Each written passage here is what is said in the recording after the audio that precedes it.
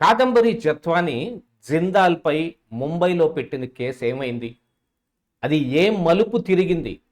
దానికి ఆంధ్రప్రదేశ్ రాష్ట్రానికి ఉన్న సంబంధం ఏమిటి? ఒకప్పుడు బాధితురాలుగా కనపడుతూ ఇప్పుడు సిఐడి ఛార్జ్షీట్లో నిందితురాలుగా పేర్కొనబడిన ఈ కాదంబరి జత్వానికి అసలు ఆంధ్రప్రదేశ్ రాష్ట్రంతో సంబంధం ఏమిటి? కేసే లేకుండా ఎఫ్ఐఆర్ కూడా కట్టకుండా ముంబైకి ఫ్లైట్ టికెట్లు వేసుకుని ఆవిడని తీసుకొచ్చి 40 రోజుల పాటు వేధించిన పోలీసులు ఇక్కడ అమాయకులు అవుతున్నారు. జిందాలు ఇక్కడ పెట్టుబడులు పెడుతున్న కారణానికో లేకపోతే గతంలో జగన్మోహన్ రెడ్డితోటి ఆయనకు ఉన్న సంబంధాల కారణానికో ఆయన కూడా అమాయకుడే అయిపోయాడు. జత్వాని మాత్రం ఎందుకు ఇలా ఇరక్కపోయింది? అసలు కథ ఏంటి ఈ వీడియోలో చూద్దాం. ఏంటిట కుండబద్దలు కొడతా అట్ట. నమస్కారం, కుండబద్దల ప్రేక్షకులకి స్వాగతం. ఎక్కడుంటే తగిలించుకున్నావురా అంటే వంకెనుంటే తీసి తగిలించుకున్నానని వెనకటకు సామెత చెబుతారు. అలాంటిదే అయింది. ఆంధ్రప్రదేశ్ రాష్ట్రానికి ఏమాత్రం సంబంధం లేకుండా ఉన్న ఈ జత్వానీని ఆంధ్రప్రదేశ్ రాష్ట్రం తీసుకొచ్చి 40 రోజుల పాటు ఆవిడని పోలీసులు విచిత్రమైన వేధింపులు వేధించారు. అది కూడా ప్రైవేట్ ప్లేస్లో. ఆ పని చేసిన ఈ పిఎస్ఆర్ ఆంజనేయులు కావచ్చు, దానికి పురుగొల్పిన మరి మిగతా వాళ్ళు కావచ్చు, దానికి సహకరించిన వాళ్ళు ఈ విశాల్ గున్నియో లేకపోతే క్రాంతి రాణా టాటా లాంటి వాళ్ళు సస్పెండ్ అయినా కూడా ఇప్పుడు అమాయకులుగా చిత్రీకరించబడుతున్నారు. ఇప్పుడు వైఎస్ఆర్ కాంగ్రెస్ పార్టీ నాయకులు కానీ సోషల్ మీడియా కానీ పేర్ని నాని లాంటి వాళ్ళు ప్రెస్ మీట్లు పెట్టడం, లేకపోతే విచిత్రమైన వ్యాఖ్యానాలు, నోటుకొచ్చిన బూతులు మాట్లాడే సోషల్ మీడియా వింగు కూడా ఇప్పుడు ఏం సమాధానం చెబుతారు మీరందరూ అని అంటున్నారు. కాకపోతే ఇందులో వాళ్ళు చేసింది మాత్రం పక్కా వాస్తవం, అందుకే సస్పెండ్ అయ్యింది. ఆ కేసు అలాగా వేరేగా ఉంది. కాకపోతే ఇక్కడ సిఐడి ఇప్పుడు ఛార్జ్ షీట్ వేసిన దాంట్లో కుక్కల విద్యాసాగర్ జత్వాని మీద పెట్టిన కేసు. అందులో ఆవిడ నన్ను వేధించి, నన్ను భయపెట్టి, నన్ను భయభ్రాంతులకు గురి చేసి నా దగ్గర నుంచి మనీ ఎక్స్ట్రాక్షన్కి పాల్పడింది. 1,32,00,000 నేను కట్టాను అని. అందులో ఆధారాలు కనపడుతున్నాయి మాత్రం ఖచ్చితంగా 4 నుంచి 5 లక్షలకు కూడా ఏం కనపడటం లేదు. అవి కూడా గతంలో కాదంబరి జత్వానియే చెప్పింది.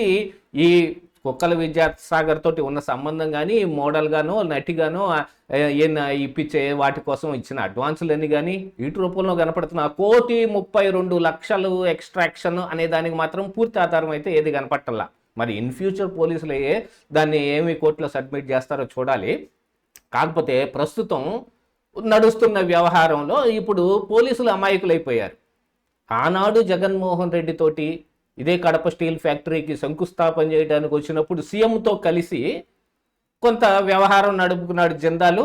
ఇప్పుడు మళ్ళీ అదే కడప స్టీల్ ఫ్యాక్టరీ కోసం ఇప్పుడు కూటమి ప్రభుత్వంతో ఈ నాయకులతోటి కలిసి మళ్ళీ చక్కెరను తిప్పుతున్నాడా అనే అనుమానాలు అయితే వస్తున్నాయి.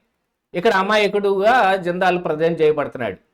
అసలు గతంలో కాదంబరి జత్వాని ఈ జిందాల్ మీద ముంబైలో కేసు పెట్టింది. ఆ కేసు ఎందుకు పెట్టింది? ఈ కేసుకి ఆ కేసుకి సంబంధం లేదండి. అది ఎక్కడో ముంబైలో ఉండేది, ఇది ఇక్కడ ఆంధ్రప్రదేశ్ రాష్ట్రంలో ఉండేది అని అంటే ఆయనకి సహాయం చేయడానికి వీడు ఆడిన వింత డ్రామాలన్నీ ఇక్కడ ఆంధ్రప్రదేశ్ రాష్ట్రంలో జరిగాయి. ఎందుకు జరిగాయి? మూల కారణం ఏంటి అంటే అదిగో ఆ జిందాల్ని కాపాడాలని అన్నట్టుగానే కనపడతా ఉన్నాయి.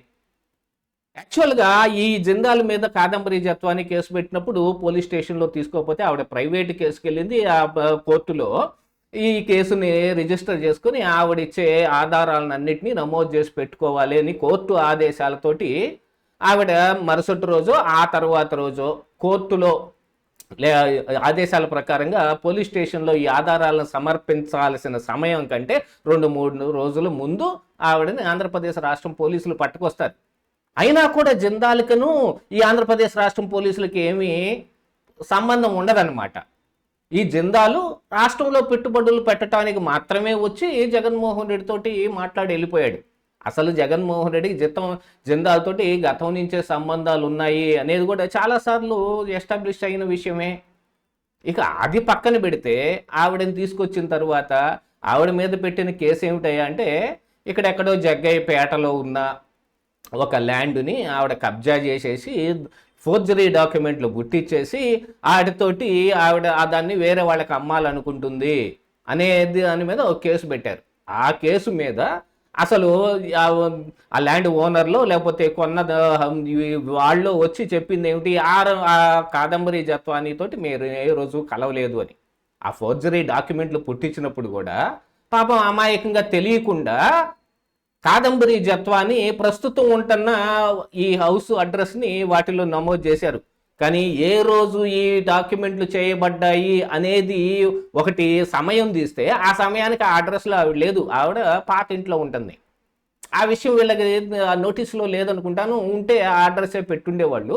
కాకపోతే కొత్త అడ్రస్ పెట్టారు అంటే ఇది పక్కా ఫోర్జరీ, ఈ కేసు సంగతి ఏంటనేది తెలిసిపోతుంది.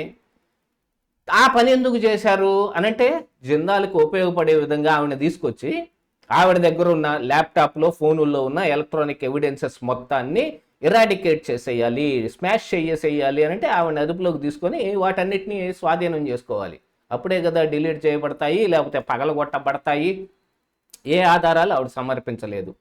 ఆ ఆధారాలు ఆవిడ సమర్పించలేదన్న కారణానికి జిందాల్పై కాదంబరి జత్వాని పెట్టిన కేసు ముంబైలోది కొట్టివేయబడింది. అలా కొట్టివేయబట్టానికి ఇక్కడ ఉన్న దానికి లింకు దాదాపుగా అందరికి అర్థమైపోయేది. పైకి చెప్పుకుంటానికి ఎన్నైనా నీతులు చెప్పుకోవచ్చు. ఉన్నదందరూ శ్రీ వైష్ణవులే అయితే బుట్టలో చేపలు మొత్తం మాయమైపోయాయి. ఆ చందానే కనపడుతుంది కదా ఇదంతా.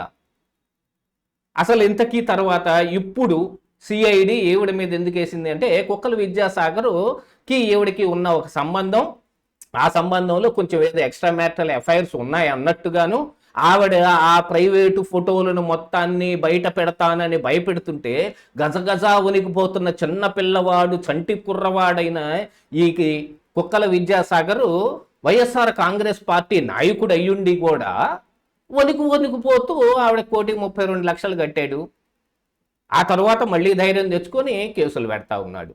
ఇట్లాంటివన్నీ కనపడతా ఉన్నాయి. వీటన్నిటినీ చూస్తూ ఉంటే ఏమనిపిస్తుంది ఎవరికి? ఆ జిందాల్ కేసుతోటి దీనికి అసలు సంబంధమే లేదండి అని అనుకోవచ్చు సార్. అనుకోవటానికి ఏమైనా కనపడుతుందా ఇక్కడ? అలాంటిది ఏదీ లేదు. కాకపోతే ఇక్కడ విచిత్రమైన విషయం ఏంటంటే 2 సార్లు ఇద్దరు సీఎంలని జిందాల్ కలిసిన ప్రతిసారి కొత్త మలుపు తిరుగుతోంది ఈ కేసు. కొత్తగా ఛార్జ్షీట్లు వేయబడుతున్నాయి, కొత్తగా కేసులు పెట్టబడుతున్నాయి.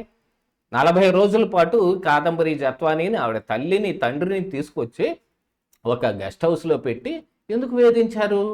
వేధించాల్సిన అవసరం ఏమొచ్చింది అంటే ఆ ఎలక్ట్రానిక్ ఎవిడెన్సెస్ కోసమే అని అదైతే కనబడుతున్నా కూడా దీన్ని ఎవడు నమ్ముతాడు అన్నట్టుగానే ఉంది.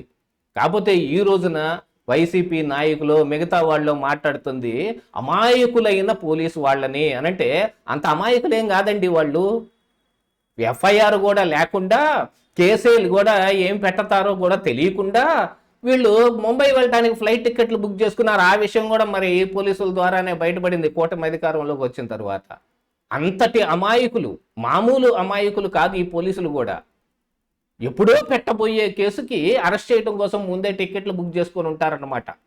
అంతటి అమాయకులైన వీళ్ళని మళ్ళీ ఇప్పుడు వైసీపీ కాపాడాలని ఏం సమాధానం చెబుతారు అని మీడియాని ప్రశ్నిస్తుంటే మొత్తం అంతా తీసి బయట పెట్టి అందరి భాగోతాలు చెప్పాల్సిన అవసరం వస్తుంది కదా ఇక్కడ. ఇదే ఈరోజు కుండబద్దలు.